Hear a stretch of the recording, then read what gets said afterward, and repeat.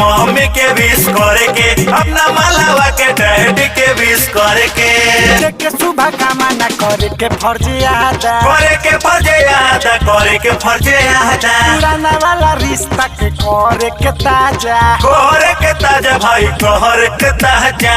के सुबह कामना करे के फर्ज यादा, पुराना वाला रिश्ता के करल जाबो ताजा। जे भी बातें अपन नहीं मिस करे के, नया साल में हो दोस्त लोग के विश करे के, नया साल में हो भौजी के विश करे के, नया साल में हो साली के विश करे के, नया साल में हो सरहद के विश करे के।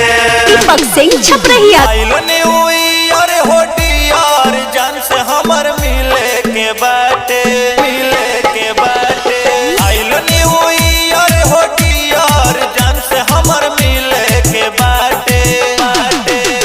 तो नया साल, तो नया माल, तो नया साल नया माल लेके घूमे के बा, खा पी के हो मस्ती में झूमे के बा।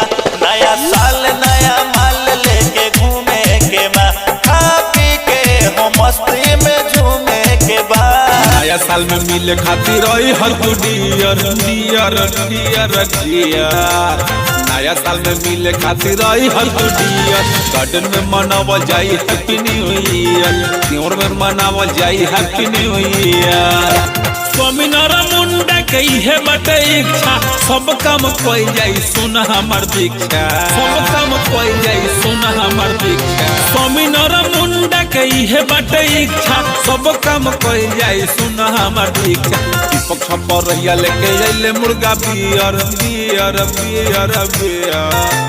दीपक छपरहिया लेके अइले मुर्गा बियर। शिवर में मनावल जाई हैप्पी न्यू ईयर, मार्केट में मनावल जाई हैप्पी न्यू ईयर, सड़क पर मनावल जाई हैप्पी न्यू ईयर।